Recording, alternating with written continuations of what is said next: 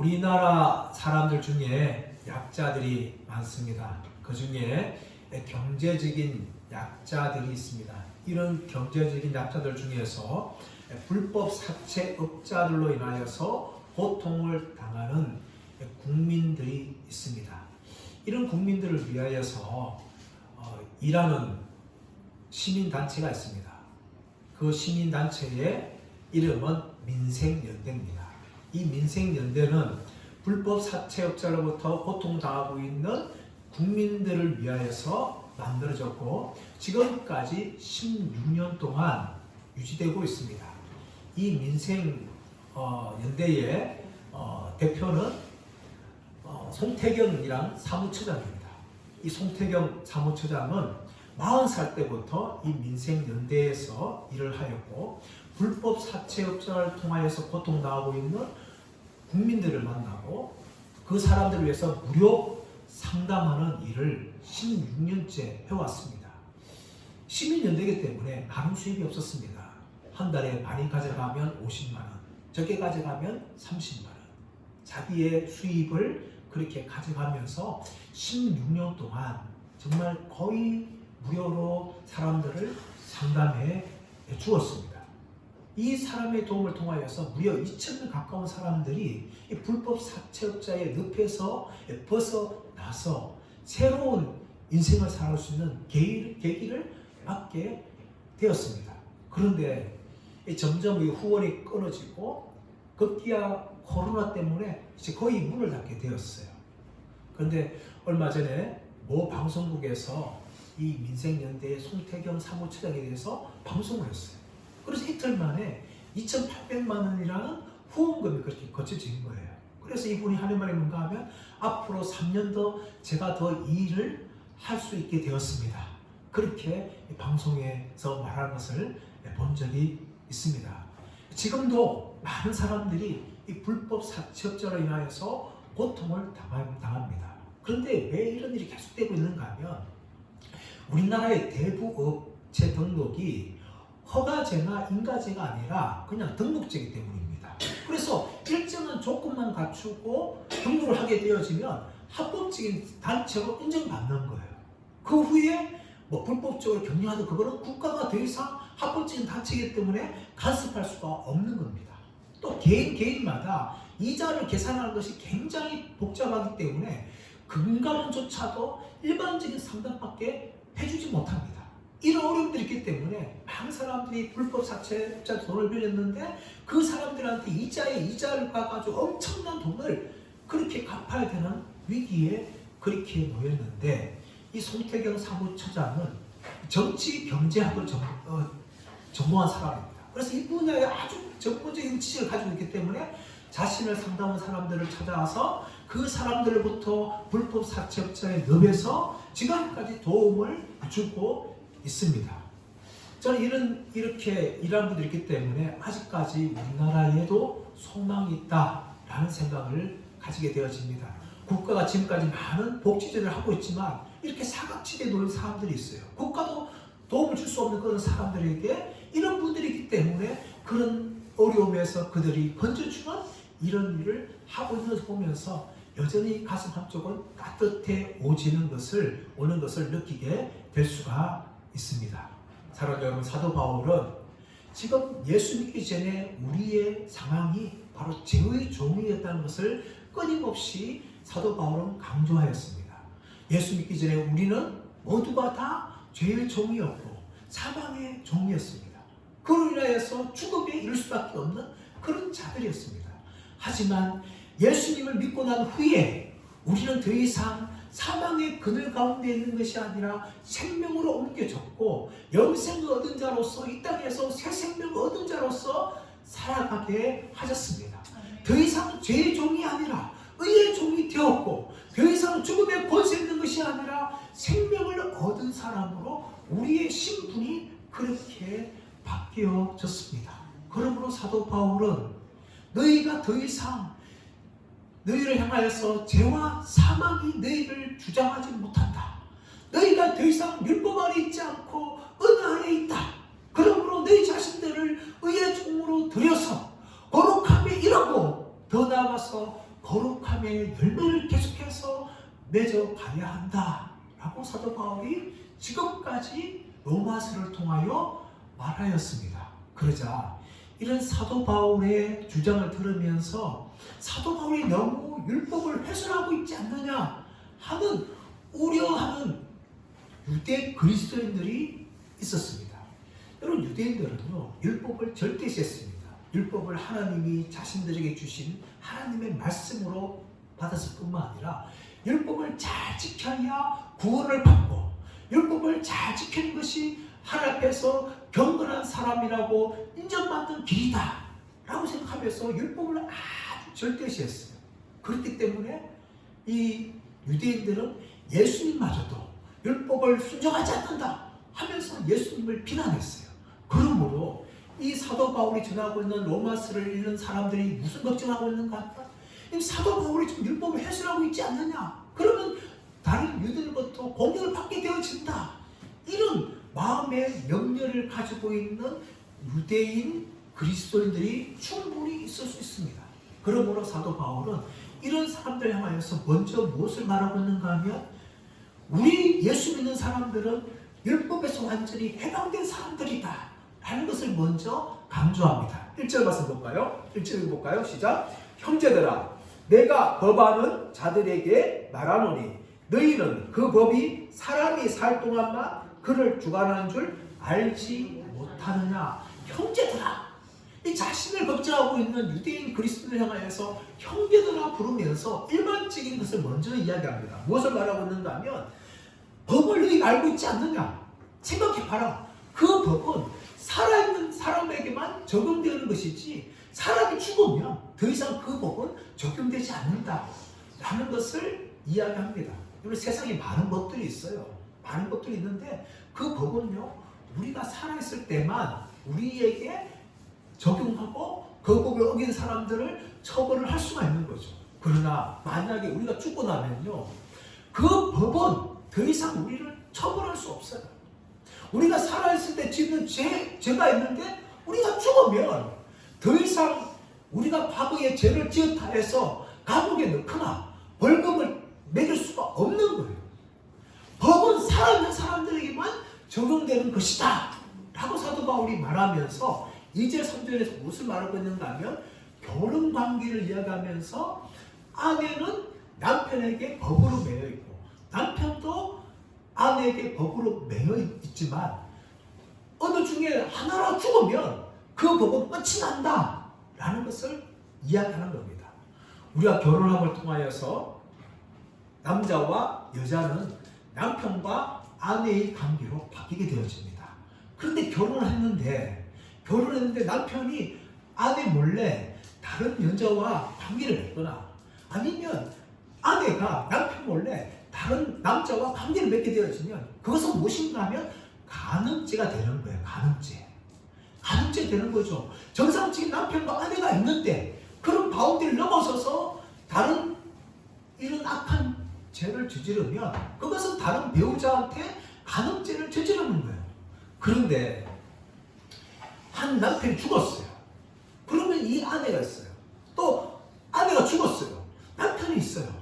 근데 이 남편과 아내가 이제 결혼했던 남편이 죽고 아내가 죽으면 다른 여자와 만나서 결혼하든지 또 다른 남자와 계속 결혼하든지 이런 것들은 더 이상 간음에 해당하지 않는다는 겁니다. 왜냐하면 결혼을 통해서 남편과 아내의 관계가 이미 끝났어요. 끝났기 때문에 자기의 몸이 되었습니다. 그렇기 때문에 남편이 죽었던 아내나 아내가 죽었던 남편이나 다른 남자와 다른 여자와 만나서 결혼하는 것은 아무런 문제가 되지 않는다 하고 사도 바울이 말하면서, 바로 우리 그리스도인들이 과거에는 율법이 우리의 남편이었다. 그러나 이미 우리가 예수 믿음을 통하여서 율법에 대해서 죽었기 때문에 우리는 율법에 대해서 자유한 사람들이 되었다 라고 이야기합니다. 4절 말씀 볼까요? 4절 말씀 읽어보겠습니다. 시작. 그러므로 형제들아, 너희도 그리스도의 몸으로 말미암아 율법에 대하여 죽임을 당하였으니 이는 바로니 곧 죽은 자 가운데서 살아나신 이에게 가서 우리가 하나님을 위하여 열매를 맺게 하려 함이라. 과거에는 여러분 율법이 우리의 남편이었어요. 그러나 예수 믿음을 통하여서 율법에 대해서 죽었습니다. 그러므로 우리에는 더 이상 율법과 관계가 없어요. 이제는 우리는 다르니 예수 그리스도가 우리의 남편이 되었습니다. 그러므로 그 남편에게 가가지고 하나님 위해서 열매를 맺는 삶을 살아가야 한다 라고 사도 바울이 말하는 거예요. 예수 믿기 이전에는요, 율법이 남편이었고 율법이 말하는 대로 율법을 기쁘게 하기 위해서 그렇게 열심히 살았습니다. 하지만 사도 바울은 무슨 말하고 있는가 하면 우리가 예수 믿을 때에 율법에 대해 죽었다. 어떻게 죽었을까요? 예수님이 이 땅에 오셔서 율법에 다 순종했어요. 그래서 예수님은 의로운 분이라고 인정받았습니다. 그래서 예수님의 의가 우리의 것이 된 거예요. 그러므로 예수 믿을 때는요, 율법에 대해 죽어서 우리는 의롭다함을 받은 사람입니다.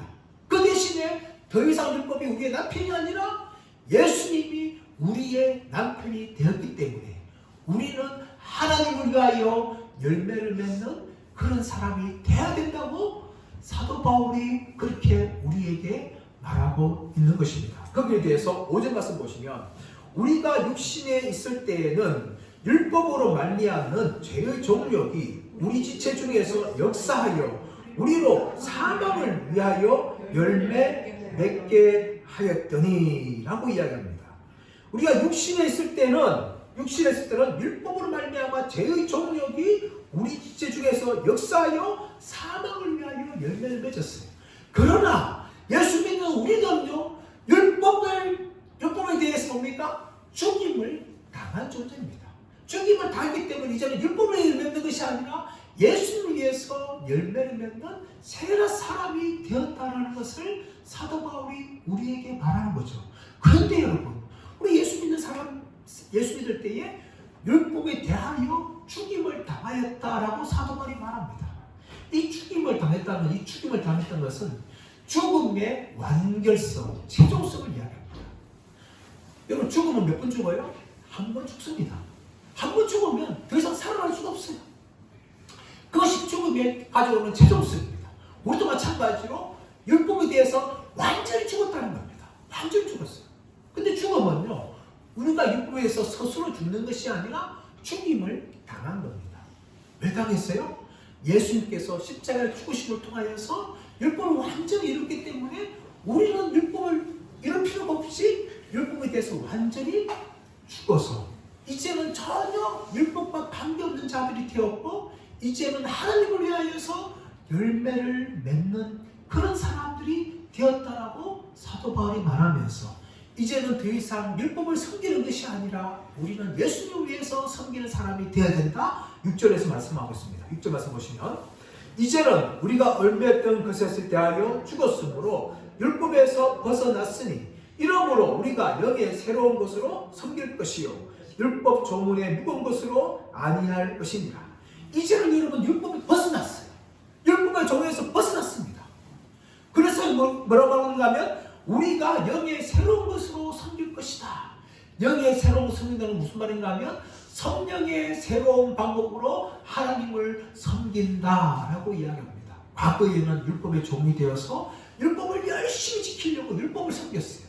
그러나 예수 믿는 그 순간에 율법으로부터 해방받아서 이제 하나님의 백성이 되었기 때문에 더 이상 율법을 섬길 필요가 없어요. 율법을 열심히 지켜가지고 구원을 받으려고 할 필요가 없는 것입니다. 오직 예수 믿는 사람들이 예수님을 믿기만 하면 구원받게 되어지고 구원받은 사람으로서 이제는 율법에 살아가는 것이 아니라 예수님을 섬기는 사람으로 살아가야 된다라고 사도 바울이 말하는 겁니다. 여기서 섬긴다는 표현은요, 어떤 사람이 그냥 자발적으로 기뻐가지고 섬기는 것이 아니에요. 이 섬기는 표현은 무슨 표현인가 하면 노예가 주인을 섬기는 것입니다.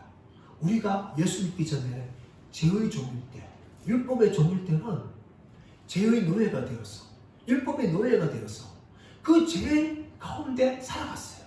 그러나 예수 믿는 순간 죄의 종에서 해방되고 율법의 노예에서 해방되었어요. 그러므로 더 이상 죄를 주인으로 섬기고 율법으로 죄를 섬기는 것이 아니라 바로 예수 그리스도를 나의 주인으로 나의 남편으로 그렇게 내가 받아들이고 그 예수님을 섬기는 그런 삶을 살아가는 존재가 되었다는 것을 바로 사도 바울이 이제 예수 믿는 사람들은 율법에서 완전히 해방되었고 율법과 전혀 관계없는 사람들이 되었다는 것을 1절에서 6절의 말씀을 통하여 이야기합니다. 자, 그럴 때에 이 말을 듣는 사람들은 무슨 말을 생각하고 있는가 하면 사도 바울아, 그러면 율법이 나쁜 것이냐? 이제 율법 벗어났으니까 그럼 마음대로 살면 되는 것이냐? 이런 마음의 질문이 생겨요. 여기에 대해서 사도 바울이 7절 말하고 있죠. 7절 말씀 보시면 그런즉 우리가 무슨 말 하리요? 율법이 죄냐? 그럴 수 없느니라.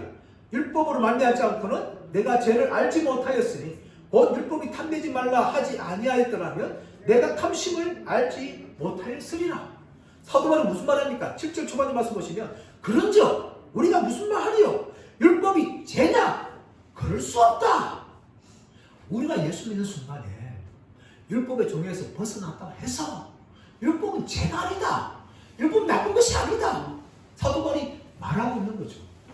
그렇다면 왜 하나님이 이 율법을 유대인들에 주셨을까요? 세 가지 목적이 있습니다.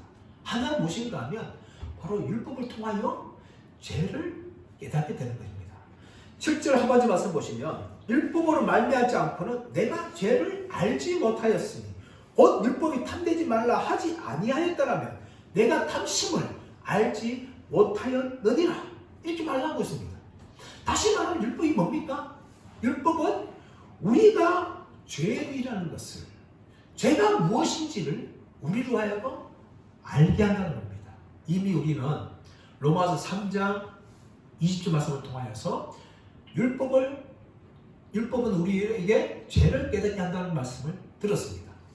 또한 4장 15절에서는 율법은 진노를 이루게 하나니 율법이 없으면 범법도 없느니라 라는 말씀을 접하였습니다. 또 5장 13절 말씀은 죄가 율법이 있기 전에도 있었지만은 율법이 없었다면 죄를 죄로 알지 못하였으리라 라는 말씀을 우리가 접했습니다. 사도 바울은 계속해서 율법을 하나님 주신 목적이 무엇인가 하면 우리로 하여금 죄를 깨닫게 하고 죄를 알게 하기 위해서 율법이 주어졌다라고 말하는 겁니다. 근데 유대인들은요, 이 율법을 통하여서 죄를 알아야 되는데 문자적으로만 율법을 잘 지키면 자기들은 하나님 앞에서 어렵다 인정받고 하나님을 기쁘게 하는 경건한 사람들이 된다고 그렇게 오해했습니다. 그래서 유대인들의 선생들이 되었던 이 랍비들이 해석해 주는 그런 것들만 잘 열심히 지키려고 했어요. 그래서 잘 지키면은 나는 하나님 앞에서 의로운 사람이다. 나는 하나님 잘 믿는 사람이다. 나는 하나님 경건한 사람이다. 스스로 그렇게 생각했어요. 사도 바울도 그렇게 생각한 거죠. 대부분 유대인 다 그렇게 생각했어요. 근데 사도 바울이 무슨 말하고 있는 거예요? 7절 하반절 말씀 보시면 곧 율법이 탐내지 말라 하지 아니하였더라면 내가 탐심을 알지 못하였으리라. 이 말이 무슨 말인가 하면 이 10계명 중에 이 탐심에 대해서는 10번째 해당하는 거죠. 근데 앞에 내용 보면 다 그냥 거짓말하지 말라, 거짓말하지 말라, 밖으로 드러나는 것만 이야기해요. 그래서 밖으로 드러나는 거 잘 지키면 믿음이 좋다 생각했는데 사도 바울이 10계명을 이야기하면서 무슨 말을 하고 있는가 하면은 탐심의 죄를 이야기하고 있어요. 탐심의 죄는요, 마음에 숨어 있는 거죠. 밖으로 남이 훔친다 해서 죄가 끝나는 것이 아니라 네 안에 마음으로 다른 사람의 것을 탐을 내면 너는 죄라는 것을 이야기하는 겁니다. 지금까지 유대인들은요, 겉으로만 그냥 잘 행하면 자기는 어려운 사람 생각했는데 사도 바울은 무슨 말을 하고 있는가 하면 너희가 겉으로만 잘 믿으면 안 된다. 너희의 마음으로도 죄를 범해야 된다. 죄가 뭐냐? 바로 겉으로만 하지 않는다 해서 죄가 되는 것이 아니라 마음속으로 범하면 그 자체가 죄다 라는 것을 알려주는 겁니다. 예수님께서도 산상수훈을 통해서 유대인들을 향하여서 말하였습니다. 너희가 하나님 말씀에 살인하지 말라 라고 말하였는데 형제를 향하여서 너하고 욕하고 미련하다 라고 말하는 사람들은 살인죄와 같은 것을 저지른 것이다. 너희가 가늠하지 말라고 이야기했는데 여자를 보고 엄명을 품은 사람들마다 다 가늠한 것이다. 예수님 무슨 말씀합니까? 그냥 율법에 나오는 이것만 그냥 겉으로만 다 행하면은 의론자 되는 것이 아니라 하나님이 요구하시는 것은 단지 겉모습만 아니라 바로 마음의 내적인 의를 하나님이 요구하는 것이다. 그것을 말씀하고 있는 겁니다. 그런데 유대인들은요, 그때 것만 열심히 지키면 자신들은 의인이라 생각했어요. 그것에 대해서 아니라는 거죠. 하나님이 십계명을 통해 말씀하신 것도 그것이 아니라 너희의 마음으로 죄를 짓는 것도 죄다 라는 것을 알려주는 겁니다. 사랑 여러분, 우리도 마찬가지입니다. 우리가 끝으로만 예수 잘 믿을 수 있어요. 얼마든지 교회 와서 직분을 받고요, 얼마든지 헌금 많이 하고요, 또 예배생활 열심히 하고요, 이렇게 해가지고 다른 사람들 보기에 저 사람은 정말 예수 잘 믿는 사람이다, 믿음 좋은 사람이다, 그런 말을 들을 수가 있습니다. 그것이 진짜 예수 잘 믿는 거야? 아니죠. 하나님은 우리의 마음을 보십니다. 사람들은 외모로만 판단을 하더라도 하나님은 우리의 중심을 보시는 거예요. 정말 우리의 중심이 하나님을 사랑하고 정말 우리의 중심이 어렵고 경건한지를 보시는 것이죠. 단지 무엇을 하지 않는다 해서 믿음이 좋은 것이 아니라, 단지 겉으로 열심히 한다 해서 믿음이 좋은 것이 아니라, 정말 우리의 마음으로 하나님을 사랑하고 우리의 마음이 죄로 가득 찬 것이 아니라 하나님 기뻐하시는 생각으로 가득 차 있는 것이 정말 하나님께서 보시는 것입니다. 예수님 그것을 말씀하고 있는 겁니다. 율법의 가르치는 것이 뭐냐? 단지 율법은 이것 하라, 하지 마라 말하는 것이 아니라 정말 네 마음이 정말 하나님과의 얼마든지 율법은 너희에게 묻고 있는 것이다. 그러므로 우리들이 죄인이라는 것을 율법이 드러내는 것입니다. 두 번째로 율법은 뭡니까? 율법은 우리 마음에 있는 이 죄를 충동질하여서 더욱 죄를 짓게 하고 죄로 죄되게 하는 것이 바로 율법이라고 사도 바울이 말합니다. 8절 말씀 볼까요? 8절 말씀을 보겠습니다. 시작. 그러나 죄가 기회를 타서 계명으로 말미암아 내 속에서 온갖 탐심을 이루었나니 이는 율법이 없으면 죄가 죽은 것이라. 죄가 기회를 타서 계명으로 말미암아 내 속에서 온갖 탐심을 이루었다라고 말합니다. 이 기회를 타다라는 것이 뭔가 하면 전초기지를 삼다라고 이야기합니다. 전쟁을 할 때에 다른 적국을 하여서 전쟁할 때 기지를 만들지 않습니까? 그 적국을 공격할 기지, 그것이 바로 기회를 탔다라는 말을 이야기합니다. 율법이 주어져요. 율법이 주어지는데 죄가 이 율법을 죄를 지을 수 있는 기회를 삼는 겁니다. 좀 어려울 수 있는데 쉽게 설명하면요, 뭐 같은가 하면 하나님께서 하지 말라 라고 이 성경을 통해 말합니다. 그러면 인간은요 더 죄를 짓는다는 겁니다. 그 하지 말라는 계명을 붙잡아서 오히려 더 죄를 짓는 것이 인간이라는 겁니다. 미국에서 정말 어릴 때부터 이 성교육을 철저히 시킵니다. 성교육을 쫙 시키면서 뭐 이렇게 하는데, 그런데 놀라운 것은 뭔가 하면 그렇게 성교육을 철저하게 어릴 때부터 시켰는데 더 아이들이 성적인 죄를 더 많이 범한다는 겁니다. 그래서 지금은 후회하는 거예요. 이 미국의 진보적인 교육학자들조차도 우리가 아이들한테 너무 빨리 성교육을 시켰구나. 아이들이 성교육을 통하여서 더 빨리 성에 대한 눈을 뜨고 성적인 죄를 더 많이 저질렀다는 겁니다. 우리나라도 마찬가지예요. 우리나라도 미국 때문에 이런 성교육을 초등학교 때부터 시키지 않습니까? 그런데 여러분, 이 성범죄가요 더 과거보다 더 많이 확산되었습니다. 특히 어린아이들 때부터 빨리는 초등학교 때 성경을 하게 되어지고 중학교, 고등학교 때면 대부분의 아이들이 이 첫 경험을 한다는 겁니다. 과거에는 그렇지 않았어요. 물론 과거에도 그런 죄를 범하는 아이들이 있었죠. 하지만 지금만큼 무분별하게 아무 생각 없이 이 성적인 죄를 그만큼 짓지 않았습니다. 왜 그렇게 되었을까요? 너무 빨리 이 성적인 교육을 시킨 겁니다. 물론 성교육이 필요한 거 있죠. 금지적 부분이 있습니다. 하지만 이렇게 성교육을 시키다면 보면 오히려 더 성에 눈을 뜨게 되어지고 더 빨리 이런 나이에 이 성적인 죄를 짓는 사람들이 더욱더 늘어난다는 겁니다.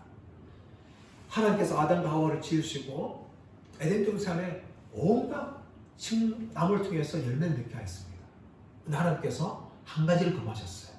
동산 중앙에 있는 선악을 알게 하는 나무의 열매는 네가 먹지 말라. 먹으면 반드시 죽으리라. 이 말씀하셨어요. 그렇다면 아담과 하와는요, 만족해야 되지 않을까요? 하나님이 한 가지만 딱 금지시키고 나머지 수만 가지를 다 먹으라고 그렇게 해주셨다면 그 한 가지가 제대로 없고 나머지 수만 가지 먹으면서 행복해야 되지 않습니까? 그런데 무엇이 눈에 집중했을까요? 하나님의 금지하신 선악을 알게 하는 나무의 열매에 눈이 꽂히는 것이죠.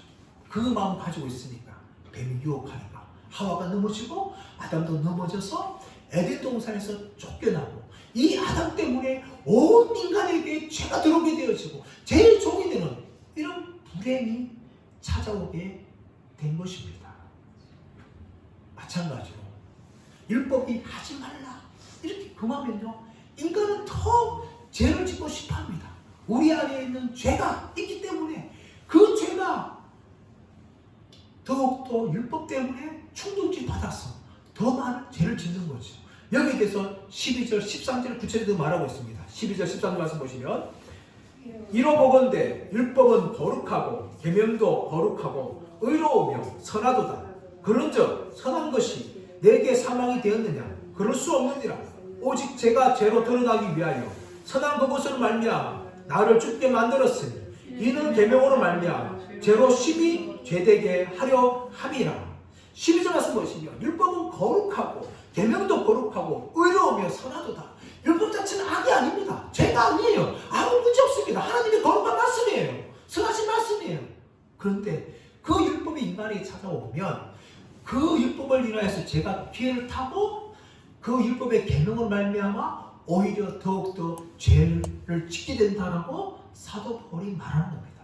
문제는 어디 있어요? 문제는 우리 육신에 있는 거죠. 단지 육체가 아니라 우리가 가지고 있는 이 죄의 본성이 문제예요.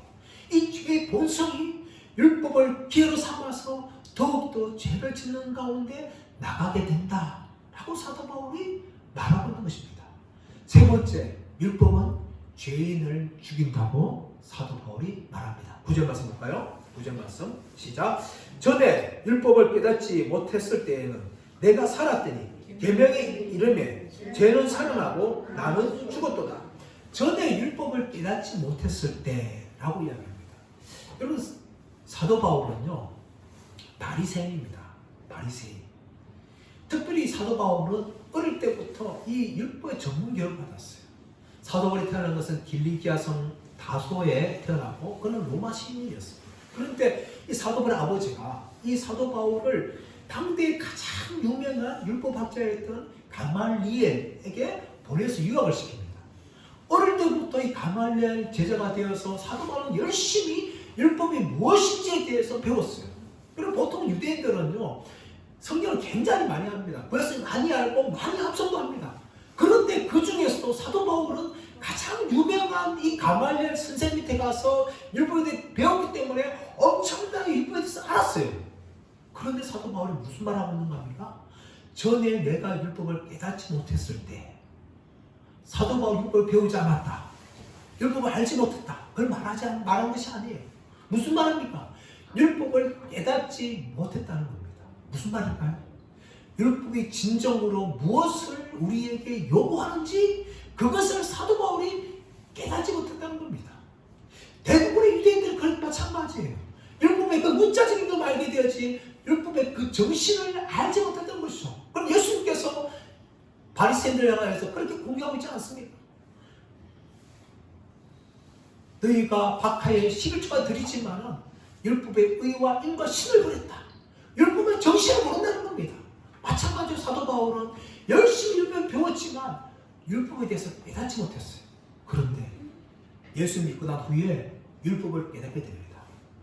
이것을 어떻게 표현하는가 하면 계명이 자신에게 이르렀다 라고 이야기합니다. 계명이 자신에게 이르니까 자신은 죽었다 라고 이야기합니다. 사도 바울이 이전에는 율법을 깨닫지 못할 때는 자신은 율법을 잘 지키는 바리새인 중에 바리새인이라고 생각했습니다. 빌립보서 3장 5절 말씀 보시면 사도 바울이 자신을 설명하면서 나는 히브리인 중에 히브리인이요 율법으로는 바리새인이다 라고 자신에서 이야기했어요. 그만큼 자기는 율법 적은 거라 생각했습니다. 그런데 다 율법에서 맹인이었어요. 예수 믿고 난 후에 율법이 무엇을 말하는지 진짜 율법의 정신이 무엇인지 눈을 뜹니다. 그러다 보니까 나는 의로운 사람이 아니고 하나님 앞에서 전적인 죄인이구나. 나의 의를 가지고서는 구원받을 수 없는 철저한 죄인이구나 라는 것을 사도 바울이 깨닫게 된 겁니다. 그래서 나는 자기는 죽게 되어지고 자기 안에 죄가 살아나는 거죠. 나는 죄인이구나. 그전에는 죄인 줄 몰랐지만 율법을 깨닫고 난 후에는 정말 자신이 죄인이라는 것을 고백하면서 나는 죽었고 내 안에 죄가 살아났구나. 그렇게 사도 바울이 말할 수밖에 없었습니다. 사랑 여러분 마찬가지입니다. 저와 여러분도 동일하죠. 여러분 우리 교회 안에 들어올 때에 처음에 들어오면 캄캄합니다. 캄캄한데 캄캄해서 안에 뭐가 있는지 먼지가 얼마나 끼는지 몰라요. 그런데 밖에서 햇빛이 쫙 비칩니다. 그 순간에 햇빛을 통하여서 이 안에 얼마나 먼지가 많은지 우리가 눈으로 볼 수 있는 겁니다. 그전에 우리가 어두운 자였어요. 죄의 종이었어요. 그래서 우리가 죄인인지 전혀 몰랐습니다. 그런데 예수님 만남을 통하여서 하나님의 빛이 우리에게 비쳤어요. 그 순간에 우리가 무엇을 깨닫는가 하면 나는 엄청난 죄인이구나. 하나님의 은혜가 없으면 구원받을 수 없는 그런 죄인이구나 하면서 예수님의 그 십자가를 붙들게 되는 것입니다. 이것이 바로 저와 여러분에게 주어진 하나님의 은혜입니다. 사도와 마찬가지입니다. 예수님 만난 그 순간에 자신은 바리새인 중에 바리새인 생각하고 율법을 통하여 의로운 자 생각하였지만 하나님 앞에서 얼마나 죄인이라는 것을 예수님은 그 순간에 그가 깨닫게 된 것입니다. 조나단 에드워즈라는 미국의 18세기 영적 대각성의 중심이었던 목사님 계십니다. 이분이 코네티컷에서 설교를 하시는데 하나님의 진노의 손에 빠져든 죄인이라는 제목으로 설교를 합니다. 이분의 목소리가 크지도 않았어요. 저렇게 저처럼 고함 지르지도 않았습니다. 그냥 촛불을 들고 원고를 보고 읽습니다. 조용하게 읽어요. 원고를 읽는데 그 하나님의 진노의 손에 든 죄인이란 이 원고를 읽는 순간 그 설교 듣는 사람들 가운데 충격적인 일이 납니다. 그것이 무엇인가 하면 그 설교를 계속해서 듣는데 그 설교 듣는 사람들이 자신이 얼마나 죄인인지를 깨닫게 되어집니다. 정말 내가 엄청난 죄인이구나. 내 이 죄로 인하여서 하나님의 진노에 들어가야 되는구나 하는 이 경건한 두려움이 그들 가운데 찾아왔습니다. 그래서 설교를 들으면서 여기저기서 응원합니다. 흐느낍니다. 점점 소리가 커지고 자신의 죄를 고통하여서 떼굴떼굴 굴면서 애통하는 사람들이 그렇게 그 교회 안에 가득 차게 되어졌다는 것입니다. 말씀이 그들 가운데 임하니까 계명이 그들 가운데 임하니까 자신들이 얼마나 죄인이라는 것을 깨닫게 된 것입니다. 철로 역정의 제자였던 존 버년도 자신의 죄로 인하여서 엄청난 갈등을 합니다. 그 죄로 인하여서 그가 얼마나 갈등했든지 차라리 내가 죽었으면 좋겠다 라는 생각합니다. 그리고 밖에 있는 음식을 먹이를 구하고 있는 기러기를 보면서 저 기러기가 나보다 낫다 하면서 자신이 얼마나 죄인이라는 것을 존 버년이 죄인 괴수에게 임한 하나님의 은혜라는 책에서 그렇게 고백을 하였습니다. 사랑 여러분, 저와 여러분도 마찬가지 아닙니까? 우리가 우리의 의에 붙잡혀 있을 때는 정말 나는 구원받기 합당한 사람이다. 나는 정말 천국받기 합당한 사람이다. 그런 영적인 착각을 합니다. 그러나 하나님의 말씀이 우리 가운데 임할 때에 우리는 그 말씀 앞에서 내가 얼마나 죄인인지를 알게 되는 겁니다. 근데 왜 우리가 이런 영적인 깨달음이 없을까요? 그것은 우리의 심령에 아직까지 하나님의 말씀이 임하지 않았기 때문입니다. 많은 사람들이 성경을 씁니다. 그러나 그 성경을 통하여서 자신이 얼마나 죄인이며 하나님 앞에 진노를 받기 합당한 죄인이라는 것을 깨닫지 못합니다. 열심히 예수 믿습니다. 근데 그것이 공동화 되어져서 자기는 정말 예수 잘 믿는 사람으로 착각하게 되어집니다. 무엇이 임해야 될까요? 하나님 말씀에 그의 영혼을 충격적으로 임해야 됩니다. 그것이 바로 예수 믿는 거예요. 그럴 때 우리가 예수의 십자가를 붙들지 않을 수가 없는 겁니다. 예수의 십자가를 자랑할 수밖에 없는 것이 바로 그때입니다. 그렇지 않고서는 여러분 대부분 다 우리는 우리의 의를 자랑해요. 저분이 열심을 자랑합니다. 내가 내 헌금을 자랑합니다. 내가 내 직분을 자랑합니다. 내가 있는 성령의 횟수를 자랑합니다. 내가 하고 있는 기도의 시간을 자랑합니다. 그러나 정말 우리가 죄인이라 깨달을 때 그 모든 것들은 자랑거리가 아니에요. 아무리 성경을 많이 읽어도, 아무리 목사가 장로를 할지라도, 아무리 헌금을 많이 했다 할지라도, 아무리 기도를 많이 한다 할지라도, 그래서 다 하나님의 은혜로 주어진 것이죠. 그러므로 여러분, 저와 여러분의 필요한 것이 무엇입니까? 바로 하나님의 은혜가 임하는 것입니다. 말씀이 임하는 거예요. 그 말씀이 우리를 충격적으로 임하여서 내가 그 말씀 앞에서 하나님 앞에서 얼마나 버림받기에 합당한 죄인인지를 깨닫는 것이 필요한 것입니다. 단지 예수님이 처음 믿을 때만 깨닫는 것이 아니라 우리가 신앙생활을 행하는 순간순간마다 그것을 깨달을 때 우리는 겸손하게 되어지고 더욱더 하나님의 은혜를 사모하는 사람들이 되는 겁니다. 그것을 우리가 경험할 때 우리는 무슨 열매 맺을까요? 하나님이 기뻐하시는 열매를 맺는 사람들이 되는 겁니다. 내 신랑 되신 예수를 위해서 살고 그 예수님을 통하여서 내 안에 성령의 9가지 열매가 풍성하게 맺히는 것입니다. 저와 여러분이 정말 영적으로 건강한 사람이라면 내 안에 성령의 열매가 얼마나 맺히고 있는지를 우리는 돌아봐야 됩니다.